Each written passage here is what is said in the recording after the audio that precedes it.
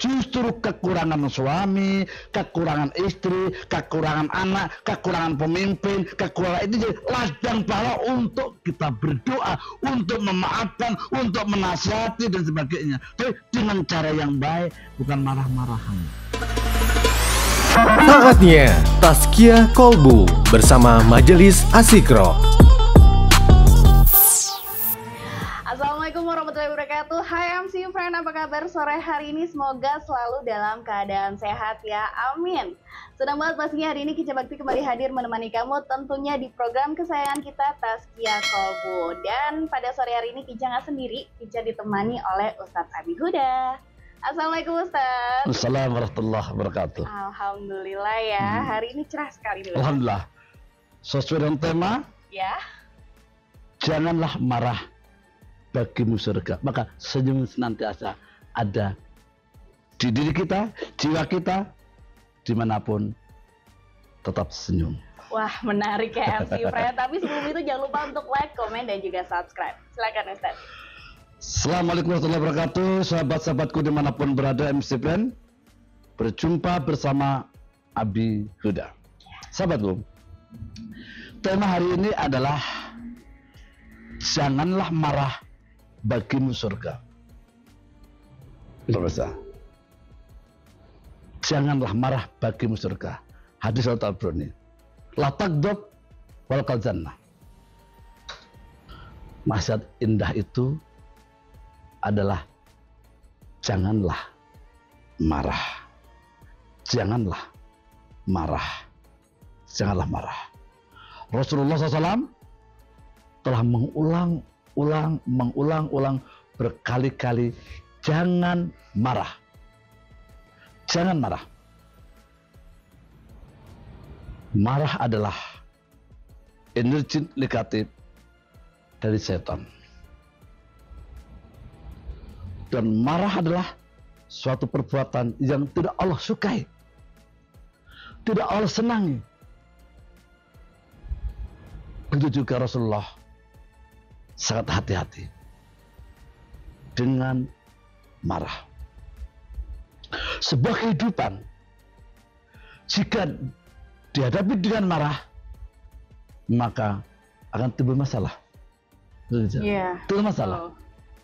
Kita menanam sesuatu dengan marah, dengan cemberut, sangat terpaksa, hasilnya nihil atau gagal. Berantakan ya Ustadz. Kita mau usaha, marah-marah, mau dagang, tidak akan berkah dan tidak akan mendapatkan untung. Apalagi nikah.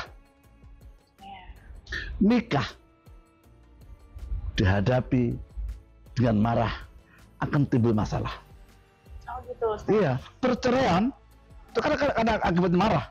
Iya, betul. Sudah dilamar, tinggal hari haknya nikah, gara-gara marah jadi bubrah. Gara-gara ribut ya Ustaz. Ribut, sahabatku, hati-hati marah. La taghdab wal jannah. Jangan marah, bagimu surga. Subhanallah. Islam itu agama yang paripurna, mengendalikan, menjaga tentang marah. Dan dalam Al-Quran Allah ingatkan juga, hendaklah kita menahan marah dan untuk memaafkan. Wa hadimna khudhu wa abinanin nas. Hendaklah menahan marah dan memaafkan. Orang yang gampang marah akan terjadi sifat-sifat keegoan, keangkuhan, kesombongan, tinggi hati, tinggi diri, akan dijauhkan dari teman. Betul sekali. Jangankan teman, istri, suami, gampang apa dijauhkan dari anak-anaknya, lingkungannya. Termasuk kita marah dengan binatang pun juga merasa tertekan, maka marah itu akan berdampak spektakuler, tidak hanya pada makhluk hidup manusia, tapi juga tumbuhan, binatang-binatang akan terasa. Semua karena punya perasaan ya Ustaz. Banyak Ya? perasaan. Rumput di depan kita punya perasaan. Iya betul. Batu pun punya perasaan. Alam yang berbeda. Ini benda hidup, benda mati. Secara dohir benda mati, hakikatnya ada ruh di situ, ada kekuatan. Kekuatan. Dengan itu sahabatku, hindari, jangan marah. Sebuah aktivitas yang bersama dengan marah, hasilnya tidak optimal, tidak maksimal. Apa saja? Sebentuk apapun kalau di awal bersama dengan marah, hasilnya akan tidak maksimal dan akan menimbulkan masalah. Di organisasi, di usaha, di rumah tangga, bertetangga, bermasyarakat, berbangsa, bernegara. Kalau dihadapi dengan marah, timbul masalah. Maka Nabi mengatakan, jangan marah, bagimu surga. Ketenangan, kedamaian, kesehatan, bahkan begini. Dampak marah di dalam ilmu kesehatan berpengaruh besar terhadap marah itu. Di antaranya akan kami sampaikan, marah akan menjadikan tukak lambung. Iya, betul. Tuh. Berdampak lambungnya nyeri. Iya, betul Ustaz. Kenapa? Enzim-enzim yang ada dalamnya mengeluarkan kekuatan negatif, hormonnya ya. itu. Maka orang yang gampang marah rentan terhadap penyakit lambung. Bisa menyebabkan GERD atau lemah akut. Ya. Kalau udah marah, energi keluar, hormonnya naik, akhirnya malas makan, malas minum, nggak hampar semuanya. Jadi dampaknya sendiri ya Ustaz. Khususnya ini marah itu luar biasa. Ngapain marah? Tidak hanya kepada orang yang dimarahi, tapi kepada psikisnya. Anatomi tubuh dan secara psikisnya dampaknya kena. Tidak hanya kepada orang yang dimarahin. Tuh, MC Pren. Kalau yang dimarahin bisa juga dendam, sakit hati. Ya. Bisa berdoa. Hati-hati. Terjolimin. Maka Islam mengajarkan jangan mudah marah. Marah boleh.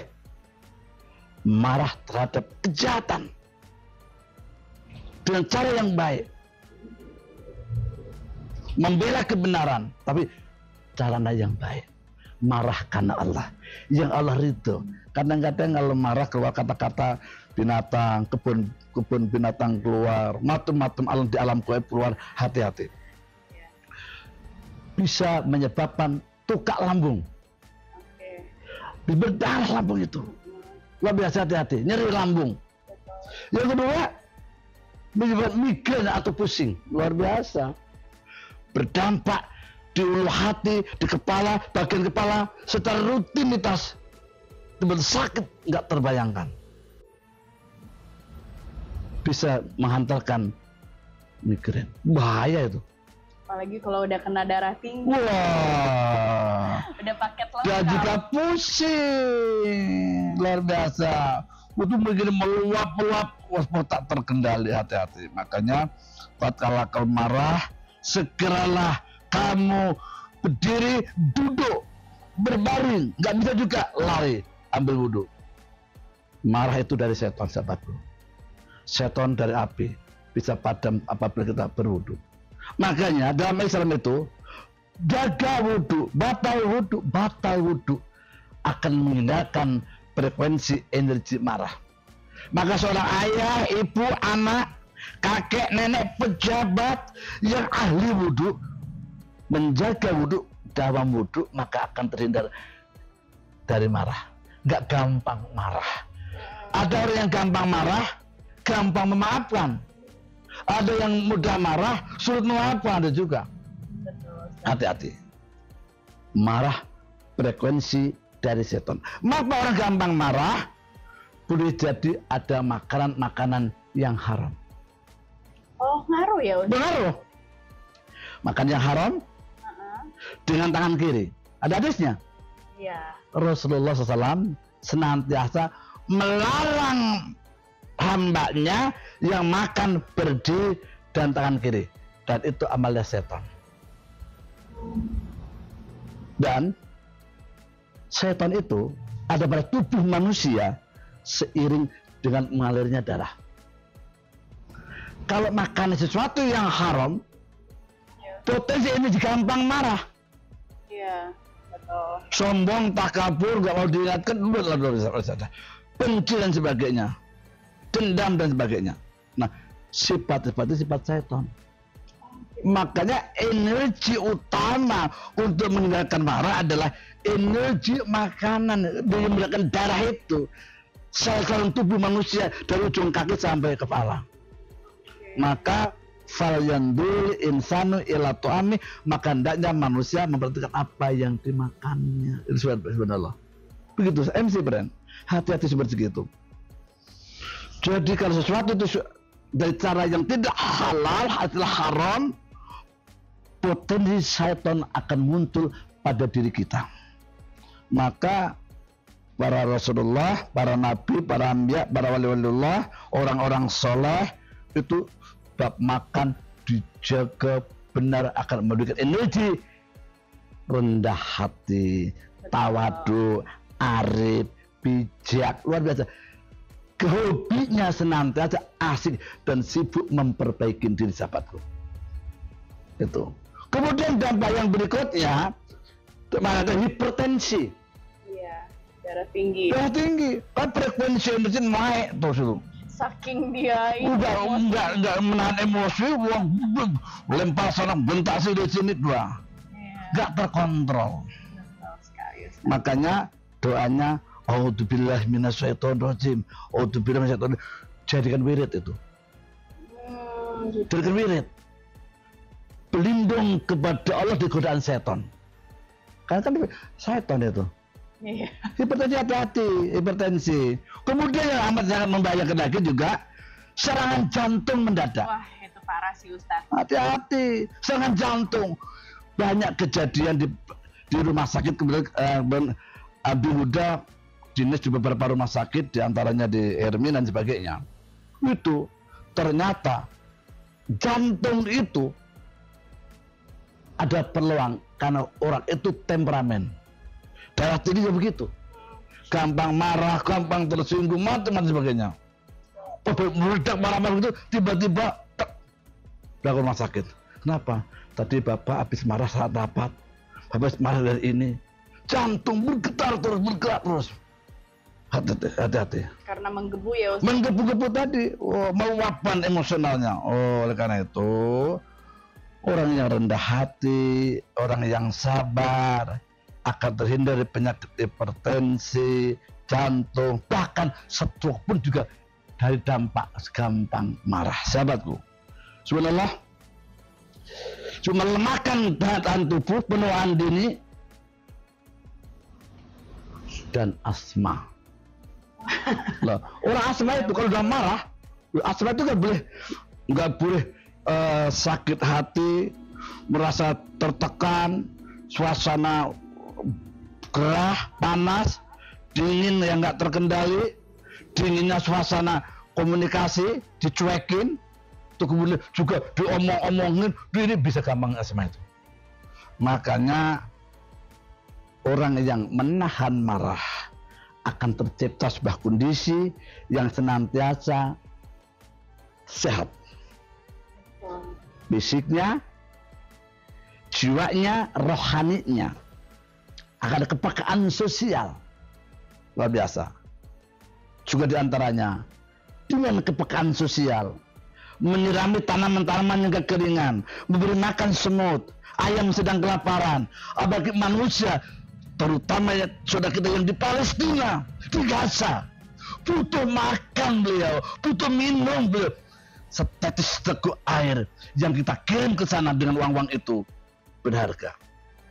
Asbab itu bisa menyebabkan kita sehat. Sedekah.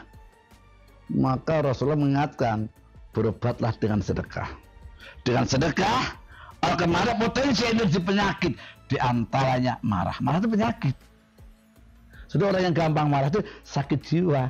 Wah. Oh iya, orang yang gampang marah sakit jiwa. Iya. Jiwanya terganggu. Iya, karena marah-marah nafsunya bukan lillah, tapi linnas. Karena manusia lil syaitan. Kecuali marah untuk menegakkan syariat Allah. Beda. Terkendali. Perang pun itu kan marah tuh. Bunuh. Tatkala ada sesuatu yang kepentingan umum nggak bisa diinikan. Itu tempat rumah, tempat tinggal orang-orang tidak berdaya, pohon-pohonan tempat berteduh. Apalagi ada bayi anak orok, nenek-nenek, orang sudah hamil, dilindungi. Marah tapi terkendali, marah karena Allah. Nggak sembarangan. Nah, Islam itu luar biasa. Begitu ada energi, kekuatan, burkon bagi orang Islam itu. Sahabatku yang bisa berdebat dan berada, ingat, jangan gampang marah. Dan juga dengan marah menyebabkan penuaan dini. Umurnya baru 20 tahun, 40 tahun, tapi wajahnya seperti 57, seperti 70 tahun. Luar biasa. Abi, berapa umurnya? Belum banyak. Sekitar ya hampir 70-an. Tapi wajah seperti umur 36. Kenapa? Tunggulah. Sekali lagi. Orang yang gampang marah akan terlihat penuaan dini. Karena sel otot sampai tertarik ini. Gampang keriput. Nah, makanya harus happy terus. Happy. Tapi happy namanya happy terkendali. Ya, bukan cekik-cekiki, bukan. Ya. Tapi happy yang terkendali. Ya. Menerima sesuatu dengan SSI. Apa itu, Ustaz? Apa itu SSI? Syukur, sabar, dan ikhlas. Gini. Kan begini FCBN. Pada hakikatnya hidupnya 3. Syukur, sabar, dan ikhlas. Kalau itu dilakukan maka gak gampang marah. Itu. Suami begini, sabar. Istri begitu, sabar. Anak begini, sabar. Ingat, bahwa ini ayat-ayat Allah yang diberikan kita senantiasa syukur dan sabar menghadapi hal itu. Ini ladang pahala. Punya istri cerewet, pahala buat kita. Buat suami medit, pahala buat kita. Betul. Udah sabar. Kalau semuanya baik, apa pahala kita? Justru kekurangan suami, kekurangan istri, kekurangan anak, kekurangan pemimpin, kekurangan itu jadi ladang pahala untuk kita berdoa, untuk memaafkan, untuk menasihati dan sebagainya. Tapi dengan cara yang baik, bukan marah-marahan. Kecuali udah marah, mau juga diingatkan, baru dengan cara konstitusional. Betul sekali. Tapi kalau misalnya nih Ustadz ya, kalau kita saat marah itu mendingan dilampiasin atau diem aja. Tapi jangan dijawab dulu nih Ustadz. Baik. Teman-teman ya, stay tune terus di RT Podcast.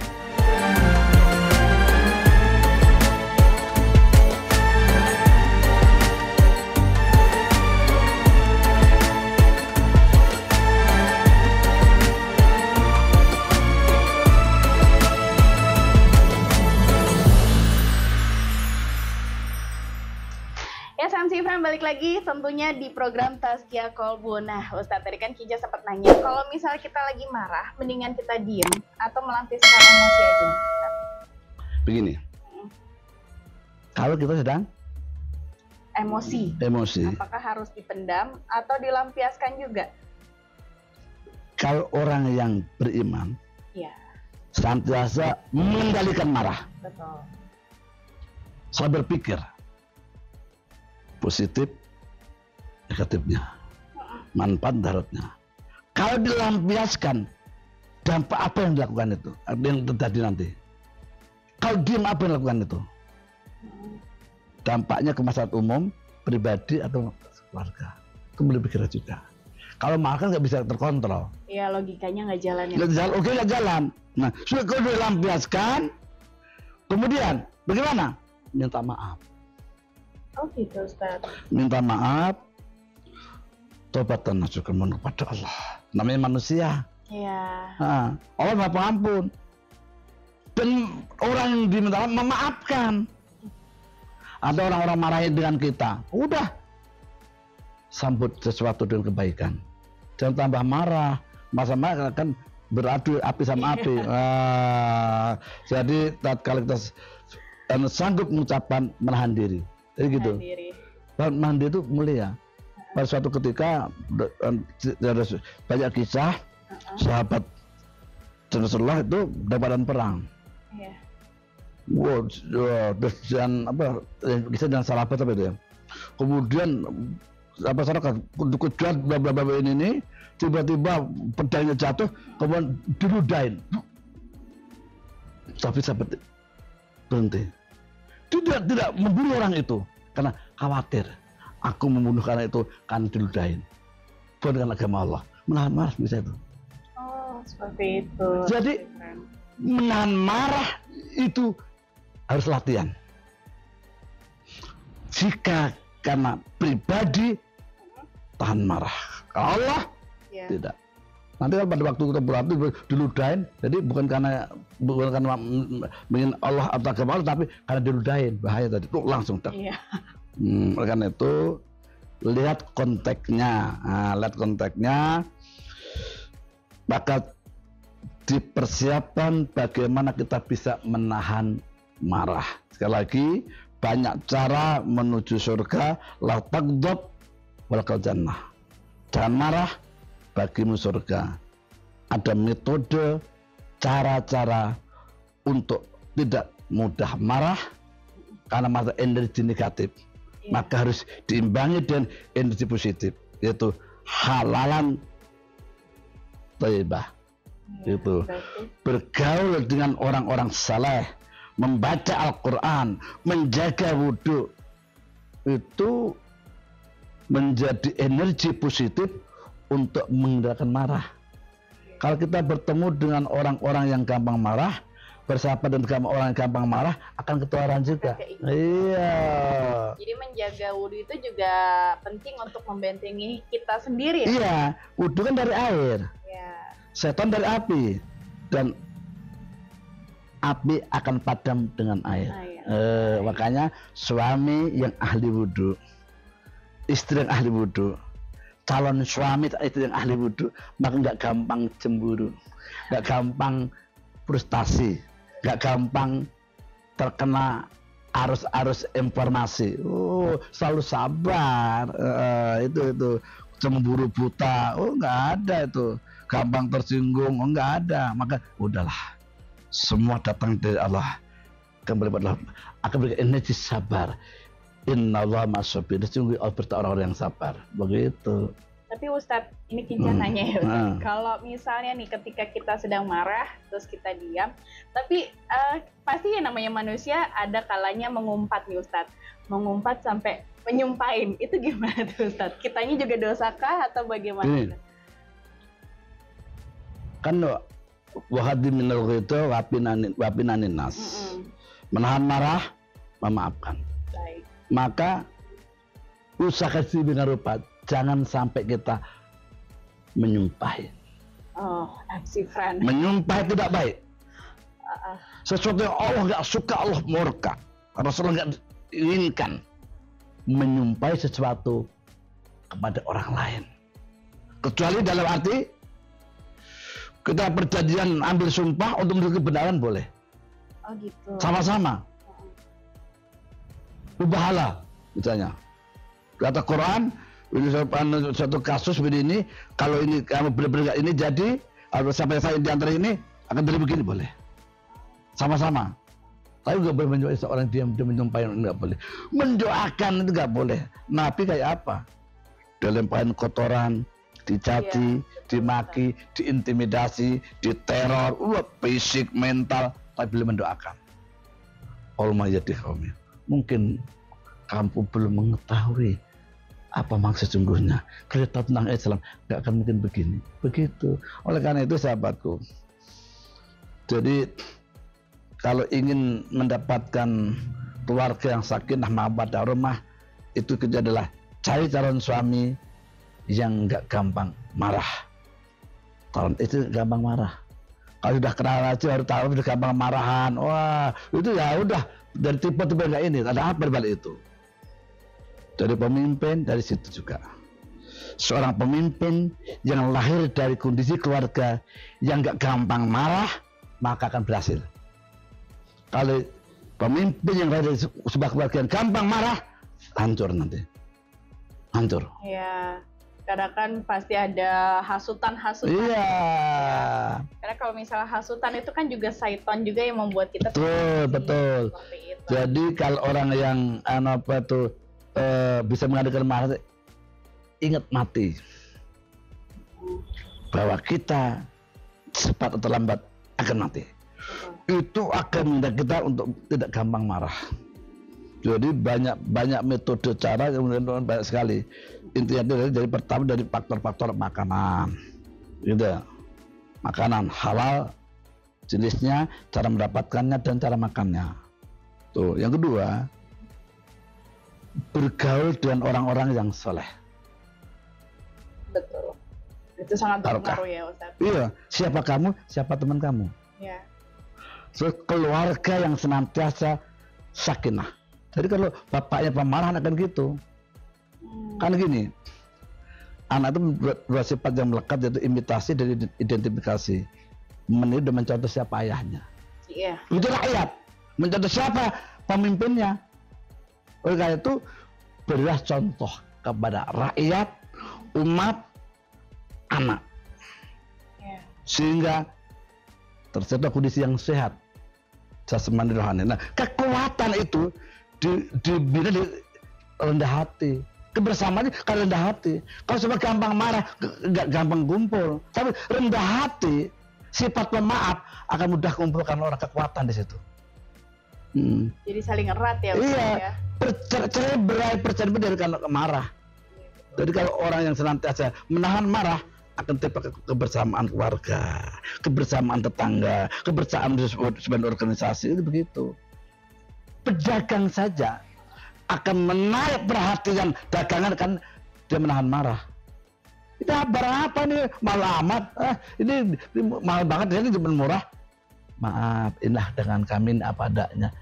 Kalau kami sudah, udah akan lagi. Maaf Ibu, terima kasih. Semoga apa yang Ibu sampaikan tidak benar. Kakak berusaha yang terbaik Ibu, mohon doanya. Gitu. Maka jualan dengan cara yang jujur, rendah hati, akan buat energi positif kekuatan itu. Dengan siapapun kalau rendah hati, jujur, karena ini nggak gampang marah, luar biasa. Kekuatan energi di situ luar biasa. MC Brand, sekali lagi, jangan marah. Apalagi ini sebentar lagi ada pesta demokrasi. Ya. Hati-hati nih nanti marah-marah demi memperjuangkan yang dibela. Kalau udah jadi lupa dengan kita. Iya. Hati-hati. Jangan marah. Hidup kita di dunia hanya sementara, di akhirat selamanya. Maka kendalikan emosional, jangan mudah marah. Jangan mudah marah. Jangan mudah marah. La takdob. Walakal jannah. Itu Rasulullah ingatkan lagi, luar biasa. Kunci itu jangan marah aja. Udah jangan marah, tapi ada memiliki kekuatan yang sabar, kreatif, inovatif, luar biasa. Nah, orang yang gak gampang marah itu kan berkekuatan energi positif. Hasilnya optimal. Itu yang kerja ikhlas, kerja cerdas, kerja keras, tuntas dan berkualitas.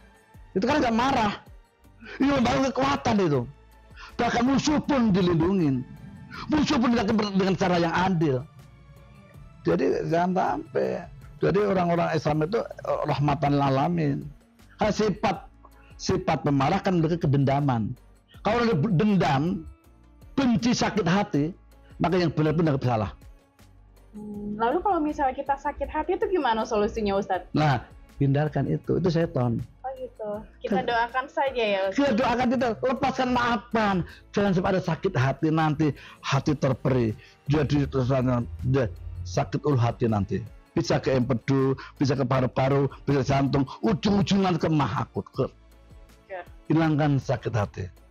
Maka Allah tidak suka kepada orang. Allah itu maha suci. Ya. Allah mencintai hamba yang suci hatinya, suci rohaninya. Maka dijaga betul. Mau sakit, orang-orang sakit hati, benci, yang berapa jadi salah. Iya. Oh, kalau udah marah udah salah udah nggak ini, hati-hati. Allah itu maha pemaaf, maha pengampun. Itu Rasulullah. Rasul itu diangkat oleh jalan mulia, orang yang sudut teladan. Rasulullah harus sifat pemaaf tadi. Itu kan umat Rasulullah. Bukan umat Rasulullah kita ada sifat benci. Ada. Hati-hati, hilangkan kebencian, sakit hati, merusak fisik, merusak rohani kita. Nah itu kalau kita menyakitin, berarti maafkan, kita mohon ampun kepada Allah. Ya Allah, ampuni hamba ya Allah, bimbing hamba ya Allah, dosa kita gugur. Kalau tidak benar, kalau itu apa itu orang benar, mohon ampun pada Allah, lindungi kami untuk selalu berbuat apa yang Engkau ridhoi ya Allah, begitu. Iya, betul. Ini, subhanallah. Ada pertanyaan lagi Pak? Silakan. Mungkin kalau misalnya ini masih ngomongin tentang marah ya Ustadz ya. Iya. Kalau cara mengendalikan amarah yang diajarkan Rasulullah itu seperti apa Ustadz? Ya tadi, lagi pertama dengan asupan sumber rezeki yang halal. Iya. Jenisnya, cara mendapatkan dan cara makannya itu memanfaatkannya. Rumah, kendaraan, jabatan dan sebagainya. Itu semua dalam makanan. Yang kedua, ciptakan komunikasi keluarga pada Allah membaru hablum minallah. Karena komunikasi itu penting ya Ustadz. Hablum minallah, hablum nanas. Hablum minallah melalui sholat malam, sholat 5 waktu dengan cara apa? Full time, on time, di situ. Kemudian bersedekah. Kalau dengan sedekah akan menolak suatu kejahatan. Sehat fisik, sehat rohaninya. Bergaul dengan orang-orang yang soleh. Bergaul dengan orang yang soleh. Karena siapa kita, siapa teman kita. Kemudian puasa. Oh iya. Itu cara Rasul itu. Puasa benar-benar Puasa. Harian Saum Daud. Apa itu pekanan Senin Kemis, bulanan Yaumil Bid, tahunan Ramadan. Tuh, jadi itu kemudian menjaga wudhu. Jaga wudhu MC Frank. Itu cara-cara yang Allah Rasulullah perintahkan kepada kita bagaimana untuk menjaga itu sehingga akan menjadi orang yang mudah pemaaf, tidak mudah sakit hati. Karena pemaaf tadi, insya Allah. Jadi intinya kita harus sabar, ikhlas dan juga syukur ya. Ya, SSI. Harus diterapkan. Syukur, sabar dan ikhlas akan membedakan frekuensi marah. Dengan menghilangkan kisi-kisi tadi, makanan yang tadi bergaul ini, keluarga yang dekat dengan Allah dan hablum nanas terjaga, saling mengasihi, menyayangi, membantu dan sebagainya, berzakat, infak dan sebagainya. Mungkin ya Ustadz bisa memberikan kesimpulan nih untuk MC Friend yang ada di rumah. Baik, MC Friend, sahabat-sahabatku, dunia akhirat. Allah sayang kepada kita. Rasulullah sayang kepada kita. Kalau ingin menjadi orang yang beriman, berbuat sahabat Kanjeng Nabi Muhammad SAW, maka la taghdab walaqad jannah. Jangan marah bagimu surga. Kiat tadi sudah kami sampaikan. Makanan yang halal, jenisnya, cara mendapatkannya, cara makan benar dan memanfaatannya. Keluarga yang menyambung komunikasi hablum minallah dan hablum nanas bersama manusia dan alam sekitarnya. Bergaul dengan orang-orang yang soleh, menjaga wudhu, puasa, sunnah. Insya Allah akan berikan energi kekuatan, tidak mudah marah, surga di tangan, akan timbul kekuatan, kedamaian, kebahagiaan dimanapun berada. Nasihat penting dari Rasulullah, la taghdab walaqad jannah. Jangan marah bagimu surga. Insya Allah rumah tangga bahagia, tetangga bahagia, bangsa negara bahagia, pengusaha bahagia, aparat bahagia. Pokoknya hidup bahagia apabila kita mampu menahan marah. Demikian, mohon maaf lahir batin. Semoga kita menjadi orang yang ahli surga dengan menahan marah. Amin. Terima kasih Ustadz atas pembelajaran hari ini ya. Dan semoga MC Fran apa yang sudah disampaikan Ustadz Abi Huda bisa menjadi pembelajaran untuk kita semua. Akhir kata Ki Bakti pamit. Wassalamualaikum warahmatullahi wabarakatuh. Waalaikumsalam warahmatullahi wabarakatuh. Demikian Tazkiyah Kolbu bersama Majelis Az-Zikro.